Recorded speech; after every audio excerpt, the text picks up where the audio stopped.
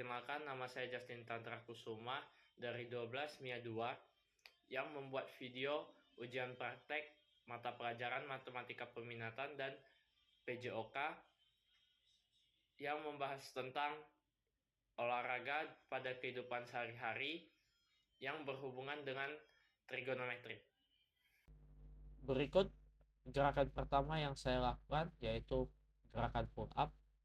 Pull up ini merupakan salah satu latihan yang paling menantang, tapi juga memberikan rasa yang menantang gitu. Jadi fokus utama gerakan ini ada di otot punggung, bicep, dan bahu. Tujuannya jelas, membangun kekuatan tubuh bagian atas dan meningkatkan kestabilan bahu. Manfaatnya itu pull up bantu memperbaiki postur tubuh, jadi yang memiliki badan yang sedikit bungkuk itu bisa melakukan pull up, setidaknya bergantung saja. Nah, tidak hanya itu, dia juga meningkatkan grip kekuatan genggam, dan memberikan definisi otot yang kuat, yang solid di punggung dan lengan. Nah, pull up ini juga praktis, bisa dilakukan di mana saja selama terdapat tiang dan crossbar. Gerakan kedua yang saya lakukan merupakan gerakan plank. Nah, plank ini mungkin kelihatan gampang ya dan simple saja. Jadi dia cuma menahan posisi dan gak banyak gerak. Tapi latihan ini juga termasuk salah satu yang paling efektif menguatkan otot inti atau otot perut. Nah, inti di sini bukan hanya perut doang, tapi juga mencakup otot punggung bawah dan pinggul. Tidak hanya itu, lengan pun ikut kerja untuk menahan badan tersebut. Nah, tujuan utama plank ini adalah membangun stabilitas tubuh bagian tengah yang jadi fondasi buat hampir setiap gerakan dalam aktivitas seharian ataupun olahraga. Manfaatnya banyak banget. Plank bantu kamu punya postur yang lebih tegap, mengurangi resiko cedera, dan plank juga bagus buat melatih fokus dan kontrol pernafasan karena kamu ditantang untuk tetap tenang dan stabil dalam posisi diam. Kamu tidak butuh alat apapun untuk melakukan plank, sebatas matras dan niat untuk melakukannya juga bagus. Oke, gerakan ketiga yang saya lakukan merupakan gerakan jumping jack. Jumping jack adalah latihan kardio yang mudah tapi memiliki efek yang cukup besar. Tujuannya itu adalah meningkatkan detak jantung dan sirkulasi darah, sekaligus mengaktifkan seluruh tubuh sehingga tubuh kita semua dapat bergerak ya. Nah, manfaatnya dari membakar kalori, meningkatkan stamina, sampai jadi pemanasan yang bagus sebelum latihan inti. Karena gerakannya melibatkan lengan dan kaki secara bersamaan, jumping jack juga bantu koordinasi dan kelincahan tubuh. Tidak hanya itu, jumping jack merupakan latihan yang cukup mudah juga. Jadi Anda tidak perlu di mana-mana, maksudnya Anda tidak perlu alat yang khusus untuk melakukan gerakan ini. Hanya sebatas ruang yang cukup luas untuk melakukan jumping jack sudah cukup.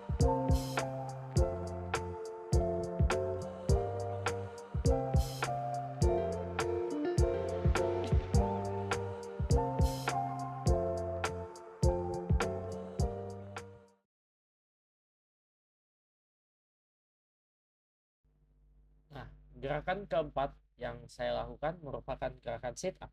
Sit up ini udah menjadi andalan untuk orang-orang yang ingin menguatkan otot perut. Nah, gerakannya cukup sederhana, membangkitkan dari posisi terentang ke posisi duduk.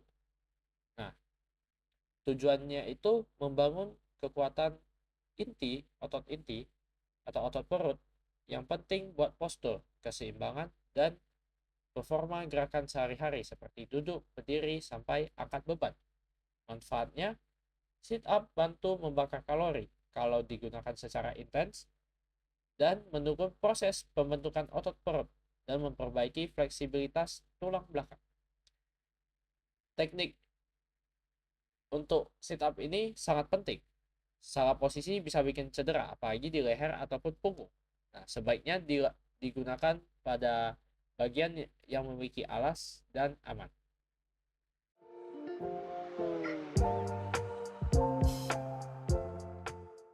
Gerakan terakhir yaitu push up. Nah, push up itu latihan kekuatan tubuh bagian atas yang simple tapi efektif.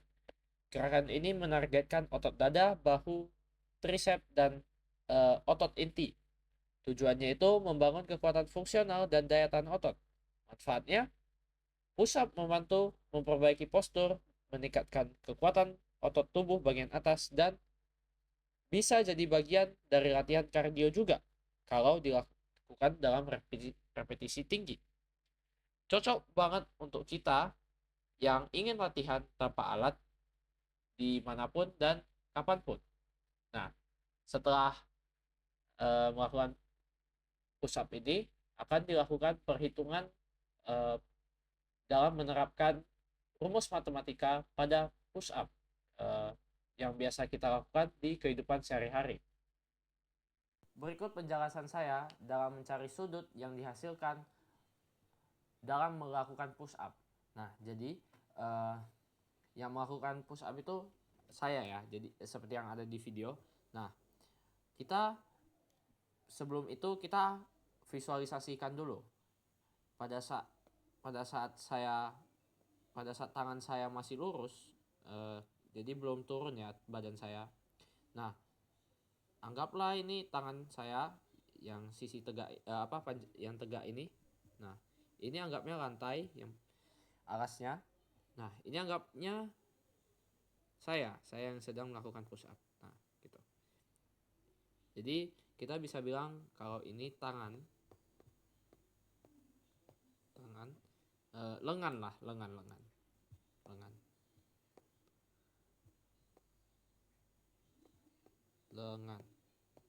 Nah, ini badan dan ini lantai. Tapi yang saya ukur ini itu merupakan pada saat badan saya berada di bawah. Nah, jadi yang saya ukur itu hanya sampai tangan, dari ujung kaki hingga ke tangan saja, gak sampai ke ujung kepala. Soalnya ya gak mungkin dong, gak bakal dapat siku-sikunya. Jadi yang kita hitung itu hanya sampai tangan. Jadi ini membentuk siku-siku ya di sini. Nah, lantai, terus kita kasih keterangan lantai dari ujung kaki hingga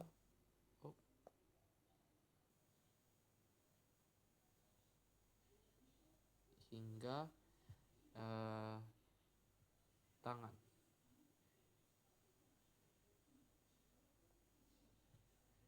Nah, pertama-tama pada gambar pertama ya, kita bisa lihat ada gambar 1 dan gambar 2. Gambar 1 itu yang ini gambar 1, ini gambar 2. Nah, gambar 1 itu merupakan bagian ini ya. Gambar 1 itu merupakan hasil pengukuran dari ujung kaki hingga ujung tangan. Nah, jadi anggap nih, ini kaki saya, ujung kaki saya di sini. Nah, saya ukurnya itu dari ujung kaki ke telapak tangan yang menyentuh lantai gitu. Kalau di gambar kedua ini saya melakukan pengukuran dari bahu. Jadi anggapnya ini badan saya. Nah, ini bahu saya nih, di sini bahu saya. Nah, ini bahu. Nah, saya ukur tingginya. Jadi dari bahu ini ke lantai. Telapak saya yang menyentuh lantai tersebut. Nah, ini ya. Oke. Jadi hasil pengukuran yang didapatkan itu merupakan sisi tinggi segitiga dan sisi alasnya. Nah, karena kita udah dapat angkanya, kita masukin aja ya langsung. Anggapnya lah ini segitiga siku-siku. Nah, gini. Nah, kita bisa lihat kalau alasnya itu nilainya itu 138. 138 cm. Kalau sisi tingginya itu 64,5 cm. 5 cm. Nah, yang kita cari itu apa? Yang kita cari itu derajat dari di sini. Nah, dari bawah ini ke sini. Jadi sudut yang kita cari itu ini. Nah, sebelum kita mencari X dulu, sebelum kita cari derajat, kita harus ketahui dulu apa saja identitas trigonometri. Nah, pada umumnya kita punya 3. Pada dasarnya kita punya 3, yaitu sin X, cos X, dan tan X. Nah, untuk mengetahui apa saja rumus dari sin, cos, dan tan, kita anggaplah kita taruh variabel dulu di sini. Misalnya yang alas A, yang tinggi B, dan yang miring C. Nah, kita langsung aja masukin sin X itu sisi depan per samping, sehingga kita bisa tulis sisi depannya itu B, sisi depan X-nya itu B. Nah, sisi miring pada umumnya itu ini kan miring, hanya itu yang miring, jadi kita tulis ini C. Nah, kalau cos itu sisi samping per miring. Nah, samping X ini apa? Samping X ini adalah A, sehingga kita bisa tulis sisi A per sisi C, soalnya C itu masih miring. Nah, kalau tan X itu sisi depan per sisi samping. Nah, jadi kita ambil dari sin dan cosnya ya. Jadi sisi depan per sisi samping. Nah, dari ketiga rumus yang ada, yang bisa kita gunakan itu apa gitu untuk mencari derajat kita. Nah, dikarenakan A sama B itu diketahui, sehingga kita bisa menggunakan tan X, ya kan? Nah, jadi kita masukin aja B sama A-nya, nilainya, kita masukin nilainya. Tan X itu sama dengan 64,5 dan 138. Nah, yang kita cari itu apa? X-nya. Jadi kita tulis X. Nah, karena ini nggak mungkin dong bisa secara manual. Bakal ambil waktu lama banget. Jadi kita langsung aja menggunakan kalkulator saintifik. Nah, untuk mencari derajat dalam menggunakan rumus tan X, nah kita harus menggunakan tan pangkat min 1. Nah, itu kayak kebalikannya. Kita carinya derajat. Kalau misalnya kita nggak pakai tan min 1, itu kita bakal cari nilai dari derajat tersebut. Jadi, misalnya derajatnya 30. Berapa nilai tan pada saat derajatnya 30. Nah, di sini kita ambilnya itu berapa derajat tan pada saat nilainya itu 64,5 per 138. Nah, pertama kita tulis dulu ya. 64,5 dibagi 138. Ini tambah ya. Sorry. 64,5 dibagi 138. Nah, kita dapat nilainya. Nilainya itu 0,467. 0,467 kita buletin aja ya. Jadi batasnya sampai 467 aja. Nah, jadi kita tulis tan min 1 ini 0,467. Nah, kita dapat derajatnya itu 25,03. Nah, di sini. Jadi kita dapat derajatnya itu 25,03 derajat, jangan lupa. Nah, sehingga kita dapat nilai derajat. Jadi derajat yang saya hasilkan pada saat saya melakukan satu push up itu merupakan 25 derajat. Jadi setiap kali saya melakukan push up, badan saya terhadap lantai itu 25 derajat gitu. Nah, itu saja penjelasan dari saya. Semoga ini bermanfaat dan dapat diterapkan pada kehidupan sehari-hari. Sekian, terima kasih. Itu saja video kali ini. Semoga video ini dapat memberikan manfaat dalam memahami apa saja gerakan-gerakan dalam kehidupan sehari-hari dan juga apa hubungannya dengan matematika. Terima kasih sudah mendengar.